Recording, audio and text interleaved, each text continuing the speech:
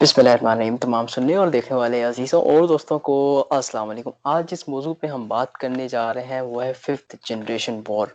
तमाम मुल्क जो है फिफ्थ जनरेशन वॉर को बहुत खामोशी से अपने अपने मुल्क में जो है उसके खिलाफ जंग लड़ रहे हैं। आज इसी मौजू पर बात करने के लिए हमारे साथ मौजूद है मोहम्मद बिलाल इफ्तिखार खान साहब। ये इंडिपेंडेंट रिसर्चर हैं और पाकिस्तानी मीडिया के साथ बहुत अरसे से काम कर रहे हैं। अस्सलाम वालेकुम सर, बहुत बहुत शुक्रिया कि आपने हमें टाइम दिया इंटरव्यू के लिए।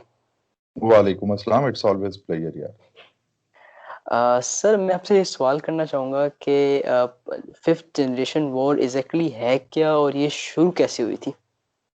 देखें, वॉर को की एक तो डेफिनेशंस हैं।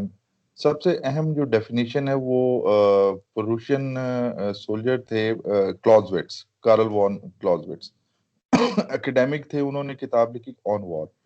उसके अंदर उन्होंने वॉर को डिफाइन किया, war is extension of political policy by other mean, यानी कि वायलेंट मीन्स के साथ।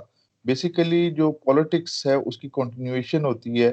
आपने अगर कोई चीज, कोई तनाज़ा चल रहा है, उसके दो तरीके होते हैं। एक तरीका होता है कि आप बातचीत से उसे हल करने की कोशिश करते हैं, इसको अगर आप कह लें डिप्लोमेसी कह लें। लेकिन जब आप देखते हैं कि बातचीत से आपका मकसद हल नहीं हो रहा, आपका जो इंटरेस्ट हल नहीं हो रहा, तो फिर आप ताकत का इस्तेमाल करते हो, ये जंग होती है। बेसिकली वॉर की एक और डेफिनेशन ये है कि ये क्लैश ऑफ टू विल्स है, जिसमें एक साइड जो है दूसरे के ऊपर अपनी विल इम्पोज करने की, मनवाने की कोशिश करती है। अच्छा, अब फिफ्थ जनरेशनल वॉर जो है ये भी एक जंग की किस्म है। और ये कोई ऐसा नहीं बात कि ये कोई नई चीज है। इससे पहले हमने देखा कि मंगोल्स जो थे वो भी कुछ इसी तरह की टेक्निक्स आजमाते थे, जो आज मोर रिफाइन हो गए क्योंकि टेक्नोलॉजी का दौर है, जिसे अब हम फिफ्थ जनरेशनल वॉर कर रहे हैं। मसलन मंगोल जो है उनके हर्ड्स जब कहीं पे हमला करते थे, डिसेंट्रलाइज हर्ड होते थे, ऐसे नहीं होता था कि मेन एक कमांड के नीचे उनको टास्क थे, वो जाते थे, हमला करते थे। उससे पहले वो अपने जासूस भेजते थे, जिससे वो अपनी जो जुल्म और सितम जिस तरीके से वो मारते हैं उसका खौफ धाक बिठाते थे, जिसकी वजह से जो सोसाइटी होती थी या वो शहर होता था, वो अपने अंदर ही खौफ की वजह से जंग लड़े बगैर ही हिम्मत हार के हथियार फेंक देता था। इसी चीज को हम फिफ्थ जनरेशनल वॉर में भी देख रहे हैं। ये एक ऐसी मिलिट्री स्ट्रेटेजी है जिसके अंदर जो है आप जो दुश्मन से फेस टू फेस लड़ें, तो उसका आसान तरीका ये है कि अगर आप सोसाइटी को ही कोलैप्स करवा दें, सोसाइटी को ही गिरा दें, सोसाइटी को ही कब्जे में कर लें, अपनी मर्जी के मुताबिक चलाने शुरू कर दें, तो आर्म्ड फोर्सेस कुछ कर नहीं सकती हैं। इस पॉलिसी को इम्प्लीमेंट करने के लिए जो है सोशल मीडिया का इस्तेमाल होता है, अखबारात का इस्तेमाल होता है, इंटेलेक्चुअल्स हायर किए जाते हैं, आइडियोलॉजीज को किया जाता है। मसला इन केस ऑफ पाकिस्तान अगर आप देख लें, तो इस वक्त बलूचिस्तान के अंदर जो मसला डालने की इंडिया ने कोशिश की, उसमें मेजॉरिटी जो बलोच सो कॉल्ड जो अकाउंट्स बने हुए हैं, वो चिनाई और अमरीका आपको इंडिया से नजर आएंगे कि वो वहां से ऑपरेट हो रहे हैं, जो वहां पे। अच्छा, इनकी बेवकूफ़ी ये है क्योंकि उर्दू इन्हें बोलनी नहीं आती है, इसलिए अपनी हिंदी के अल्फाज बोल के कई दफा ये अपने आप को एक्सपोज कर देते हैं। इसी तरीके से फिर हमने सुना कि तहरीक तालिबान पाकिस्तान की सपोर्ट के ऊपर इंडिया, अभी DDISPR ने भी किया है। फिर हम यहाँ पे देख रहे हैं कि कुछ कॉन्सेप्ट्स के ऊपर, यानी कि वो जिस तरह कहते हैं ट्रक की बत्ती के पीछे लगाना, तो अवाम को लगाया जाता है। ठीक है, उसको वो चीजें जो गैर जरूरी होती है उनका दिखा के इतना अहम शो किया जाता है कि लोग उनके पीछे भागना शुरू हो जाते हैं।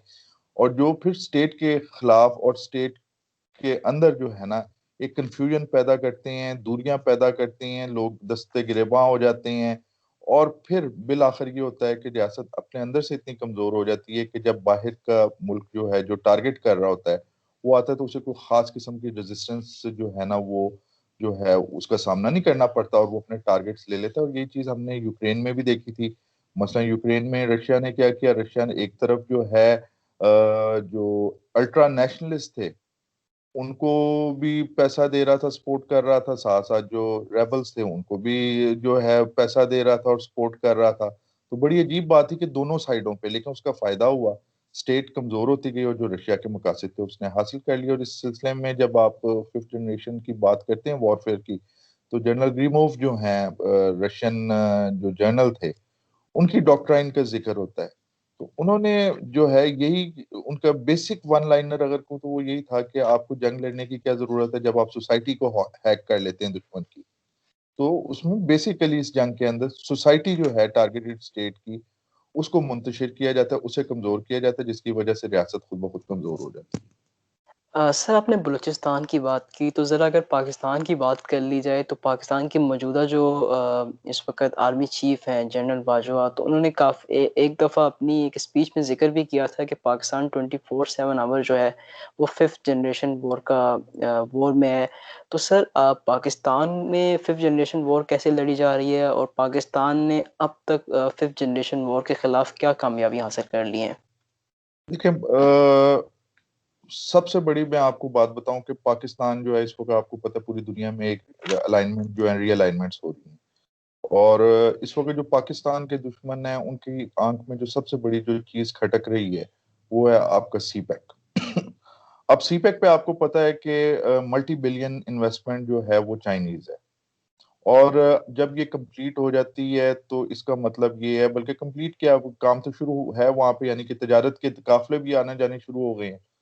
तो उसका सबसे बड़ा मसला, आपका जो सबसे बड़ा दुश्मन, असली दुश्मन है हिंदुस्तान को, वो ये आ जाता है कि चाइना इन्वॉल्व हो जाता है। तो मसलन एक रूट जो पंजाब से जा रहा है वो बिल्कुल इंडियन बॉर्डर के करीब है, जैसे ही इंडियन उसे क्रॉस करते हैं तो चाइना ऑटोमेटिकली अपने मफादात की वजह से उसके अंदर इन्वॉल्व हो जाता है। इसी तरह जो जीबी का मामला है, उधर से सी पैक गुजर रही है। तो इंडिया को इसकी बड़ी सख्त तकलीफ है, क्योंकि पाकिस्तान और चाइना जितने करीब आएंगे उतना ही इंडिया का जो वो हिंदुत्वा और इनके नेशनलिस्टों का जो एक ख्वाब है महाभारत का, वो पूरा नहीं हो सकता है। फिर इसी सी पैक का एक जो सबसे बड़ा जो है, आपने देखा एलिस वेल जो American assistant secretary of state है, उन्होंने मल्टीपल टाइम जो है इसके खिलाफ, सी पैक के खिलाफ जो है दी।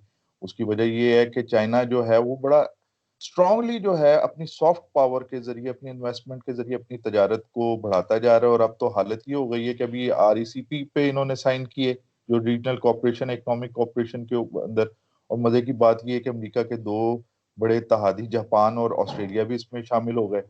ठीक है, दूसरा ये है कि जहां जहां से ये OBOR one belt one road, BRI, यानी कि बेल्ट एंड रोड इनिशिएटिव जिसका हिस्सा है सी पैक जो है, ये गुजर रही है, उन ममालिक के मफादात भी अब चाइना के साथ अलाइन होने शुरू हो गए हैं। तो हर हालत में, क्योंकि अमेरिका पहले दुनिया की सबसे बड़ी इकॉनमी थी और उसके इत्तेहादी जो हैं उनकी, यानी कि इकोनॉमीज, बड़ी इकोनॉमीज में शामिल होते हैं, अब चाइना ने अमेरिका को पीछे छोड़ दिया। तो अमेरिका का भी इसमें इंटरेस्ट है कि सी पैक ना बने, उबोर के जो रास्ते हैं उनके अंदर खराबी पैदा हो। अब हमारे साथ हो क्या रहा है? हमारे साथ ये हो रहा है कि एक तरफ तो आपको याद होगा कि वो एक दहशतगर्द मेजर है इंडिया का, क्या नाम है उसका, आर्या, पता नहीं कुछ ऐसे ही उसका, मे, वो मेजर कुछ आर्या। Not not worth. उसका आपने सुना होगा कि उसने जो बक बक की थी कि एक मौलवी साहब इधर से पकड़ो, एक मौलवी साहब इधर से पकड़ो, उन इधर पैसे दो, उधर पैसे दो, दुबई में जो है, वो बेसिकली उस बंदे ने, क्योंकि दहशतगर्द है ना, और दहशतगर्द क्योंकि एक्सट्रीमिस्ट होता है इसलिए अपने आप को एक्सपोज कर देता है। तो उसने अपने आप को ये एक्सपोज कर दिया कि किस तरीके से वो यहाँ पे बेसिकली पाकिस्तान के अंदर डालने की कोशिश कर रहे हैं, फितना और फसाद। अच्छा, ये तो था। मजहबी इसी तरीके से जो है आपका एथनिक फितना फसाद भी डालने की कोशिश करते हैं।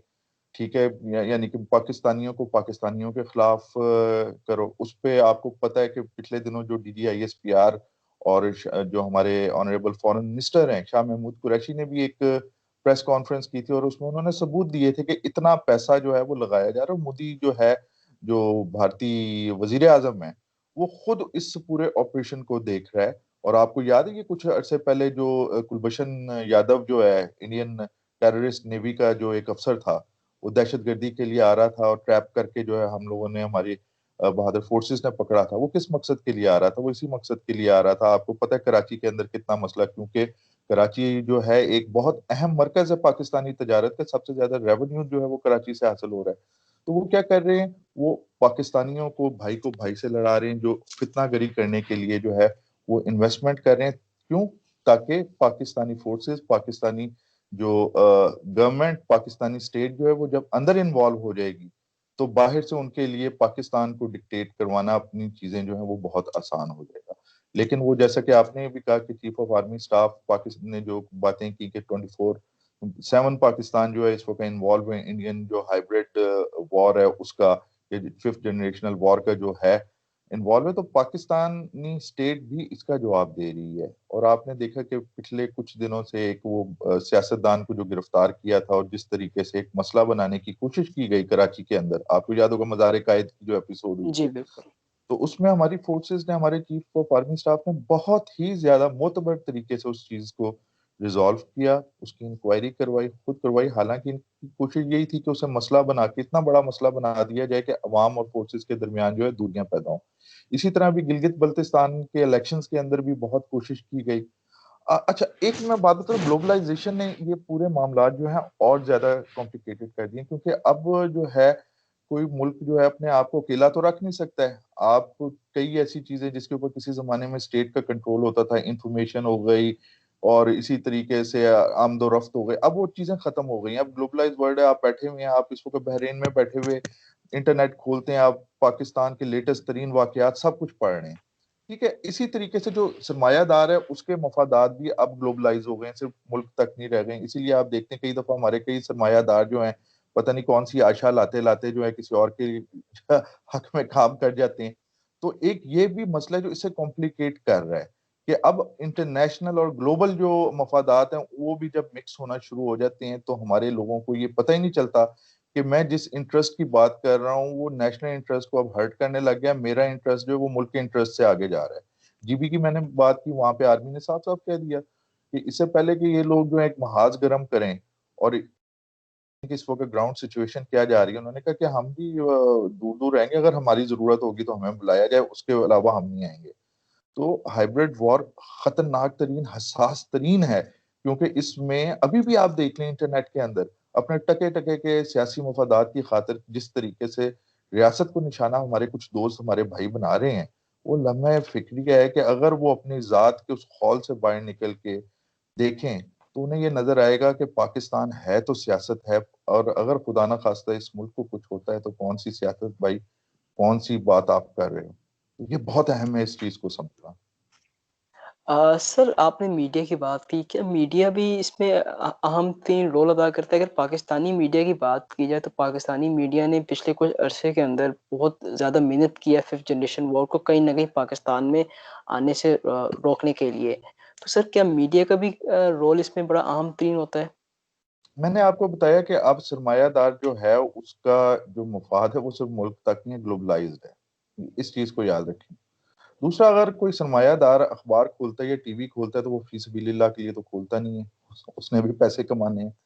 अच्छा, वो पैसे किस तरीके से आएंगे? वो दो तरीके से आते हैं, या तो ये है कि इश्तिहारात के थ्रू आएंगे, उसमें क्या होगा कि अवाम जो चीज देखना चाहती है अवाम को दिखाओ, उसको ट्रेंड्स दो, अवाम उस चीज के पीछे चले, वो फिर आपको देखे और आपको की टीआरपीज बढ़े। दूसरा तरीका ये भी हो सकता है कि आप के मसलन मैं एक चैनल भी चला रहा हूँ, मेरा एक और काम भी है जो अमेरिका यूरोप में उसके मुफाद हो सकते हैं, तो मैं कई दफा उधर से फंडिंग लेने के लिए या कोई होता है ना, तो मैं कोई ऐसे यानी कि एंकर्स को या कर दूं जो खास एक नजरिए का प्रचार करें और कंफ्यूजन पैदा करें। और कंफ्यूजन जो है वही तो चाहिए इस वक्त आपके एनिमी को कि वो हो। आप आज के कोई भी अखबार उठा के देख लें, आपको मुख्तलिफ किस्म के चीजें मिलेंगी, एक बंदा एक ही चीज को 10 तरीके से बयान कर रहा होगा, आपको अंदाजा हो जाएगा कि इसका ये जो बयानिया है ये किस मुल्क के या किस ताकत के बयानिए को सपोर्ट कर रहा है। तो उस लेकिन उसके लिए फिर ये है कि हर बंदा जो है के पास इतना टाइम नहीं है कि वो इस चीज को सोचे, और इसी चीज का फिर दुश्मन फायदा उठाता है। सर अगर मूव फॉरवर्ड करें तो एक नॉर्मल इंसान फिफ्थ जनरेशन वॉर के हमले को कैसे समझे? और अगर वो उस हमले को समझ जाता है तो फिर उसमें अपनी क्या वो कर सकता है? क्योंकि इंस्टीट्यूशंस तो अपने अपने तौर पे मुकाबला कर रहे होते हैं फिफ्थ जनरेशन वॉर से। एक आम इंसान फिफ्थ जनरेशन वॉर से कैसे मुकाबला करे? सबसे पहले अपनी रियासत पे यकीन करें, क्योंकि आप जिस रियासत में रह रहे होते हो उस रियासत को चलाने वाले लोगों के भी मफाद रियासत के साथ होते हैं। ठीक है, और रियासत ना हो तो वो लोग जो इस वक्त हेल्म ऑफ अफेयर्स में होते हैं उनकी कोई वैल्यू नहीं है। इसलिए जितना मर्जी हो, उनकी सबसे ज्यादा वफादारी अपनी रियासत के साथ होती है। अपनी रियासत के साथ वफादार ने कोई भी बात आए उससे पहले ये सोचें कि मैं ये जो बात सुन रहा हूँ ये किस सोर्स से आ रही है, कौन बंदा ये फैला रहा है। किधर से आ रही है। ये नहीं कि सोशल मीडिया के ऊपर किसी ने पोस्ट लगाई जिसने अपना नाम कुछ भी रखा हुआ है और आप उसके ऊपर चलने लग जाए। क्यों? क्योंकि एक इम्पॉर्टेंट बात इस पे मैंने वीडियोस भी की हैं, वो ये है कि हमेशा रियलिटी से ज्यादा अहम जो है परसेप्शन होती है। तो परसेप्शंस जो होती हैं बेसिकली वो डिकोड करती हैं रियलिटीज को। ठीक है? तो होता ये है कि एक परसेप्शन है मिस्टर एक्स का, वो जो है वो मोहब्बत करता है, उसको फॉलोअर है।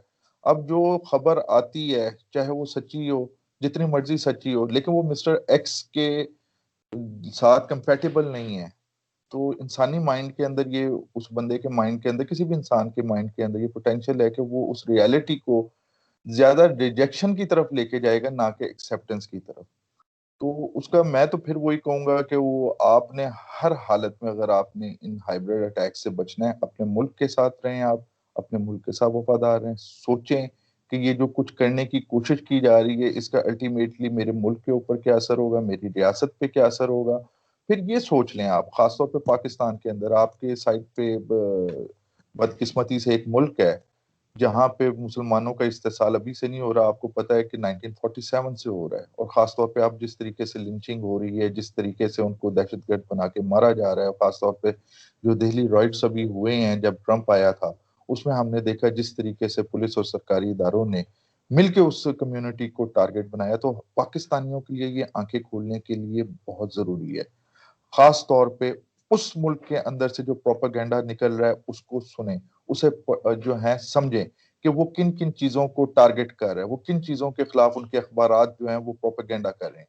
और उसके बाद सोचें कि हमारे यहाँ पे भी हम जो हमें ये लाइन देने की कोशिश कर रहे हैं कि जो प्रोपेगेंडा उस साइड से आ रहा है, और हम भी उसी प्रोपेगेंडे को यूज करना शुरू कर दें और उसी को अपनी परसेप्शन बनाना शुरू कर दें, तो इसका बिल आखिर नुकसान किसे होगा? फिर मैं कहूंगा रियासत है तो हम हैं। रियासत के साथ वफादार रहें, अपनी रियासत को मजबूत करें, क्योंकि रियासत जो है वही हमारी माँ है, वही हमारा घर है, वही हमारा सब कुछ है। सर आपने बहुत बेहतर इसका जवाब दे दिया है। सर अगर प्रोग्राम के आखिरी हिस्से की जानिब बढ़ा जाए तो सर दुनिया की मुख्तलिफ एजेंसीज हैं। सर फिफ्थ जनरेशन वॉर में बाहर की जो एजेंसीज होती हैं वो किसी मुल्क के अंदर उस सूरत हाल को फिफ्थ जनरेशन वॉर के ज़रिए कैसे ख़राब करते हैं, और एक जो एजेंसीज होती हैं वो क्या वो मुल्क के अंदर फिफ्थ जनरेशन वॉर को लेके आने के लिए अपने सोर्सेज इस्तेमाल करती है? यार सोर्सेज तो इस्तेमाल करती हैं, सोर्सेज ही है ना। जब आप फितना गरी कर रहे हैं, आप वो जिस तरह वो इंडियन जो वो दहशतगर्द मेजर है, क्या नाम है उसका, आर्या जो है, उसने जो बात की वो सोर्सेज की बुनियाद पे ही है ना। ऐसी तो नहीं गाड़ियां मिल जाएंगी, ऐसी तो नहीं सोशल मीडिया टीम मिल जाएगी। तो यूज तो होती है, हर चीज यूज होती है, हर एलिमेंट यूज होता है नेशनल पावर का, ताकि दूसरे मुल्क को अंदर से कमजोर किया जा सके। तो ये भी एक जंग है, लेकिन इस जंग के अंदर हर पाकिस्तानी, अब मसलन पाकिस्तान की बात कर लें तो हर पाकिस्तानी जो है इस वक्त जो है वो डिफेंडर है, वो फौजी है। हमने हर सतह के ऊपर, चाहे वो साइबर मामला हो, यानी कि इंटरनेट सोशल मीडिया का, हमने उधर भी जवाब देना है। चाहे वो अखबारात का मामला हो तो अखबारात में भी देना है। हम मीडिया पे बैठे हुए तो हमने मीडिया में भी उसकी उनके प्रोपेगेंडे का, उसका जो है तोड़ का जवाब देना है। इसमें दो जगह पे जंग लड़नी है, एक तो उनके प्रोपेगेंडे के जवाब की जंग लड़नी है, दूसरी तरफ अपनी मोहब्बत और अखुवत को हमने बढ़ाना है, अपने ज़र्फ को बड़ा करके अपने दिलों को जोड़ना है, ताकि मुल्क आगे से आगे पहुंचे, स्ट्रांग से स्ट्रांग हो। और उसमें वो अल्लामा इकबाल बांगेदरा में बड़ी प्यारी बात करते हैं, वो कहते हैं खाम है जब तक तो है मट्टी का एक अंबार, तो पुख्ता हो जाए तो है शमशीर बेजन हाथ। तो अगर हम पुख्ता होंगे, हम एक होंगे, तो हम तलवार से ज्यादा खतरनाक हैं, तलवार से ज्यादा हम तेज हैं। तो हमें एक तरफ जहाँ पे उनके प्रोपेगेंडे का जो है जवाब देना है, दूसरी तरफ हमने आपस की अखुवत, आपस की जो मोहब्बत जो है ना, उसको जो है ना फरोग देना। और अखुवत क्या है, उस पे वो मौलाना जफर अली खान साहब कहते हैं कि, यानी कि अगर मैं उसका लबे लबाब बता दूंगा, कई दफा शेरों के साथ मैं बहुत बुरा कर जाता हूँ। वो कहते हैं कि अखुवत तो ये है कि या चुबे जो कांठा काबुल में, तो हिंदुस्तान का मर्दो जवां बेचैन हो जाए। यानी कि अखुवत हमारी ऐसी होनी चाहिए कि अगर हमारे बलूचिस्तान के अंदर, हमारे केपीके में, पंजाब के अंदर या सिंध के अंदर कोई वाकया हो, तो हम सब जो हैं उसे ये समझें कि ये हमारा वाकया है। और ऐसे हो जाए कि जिस तरह एक जिस्म होता है जिसके पाँव में कांटा चुभता है, तो पूरा जिस्म जो है उसको फील करता है। सर बहुत बहुत शुक्रिया कि आपने हमें टाइम दिया और आप फिर से जो है वो एक एनालिसिस करके बताया कि फिफ्थ जनरेशन वॉर है क्या और उसे कैसे इस्तेमाल किया जाता है। अपने अपने का ख्याल रखिएगा। अस्सलाम वालेकुम। वालेकुम अस्सलाम। जी भाईजान, ठीक हो गया?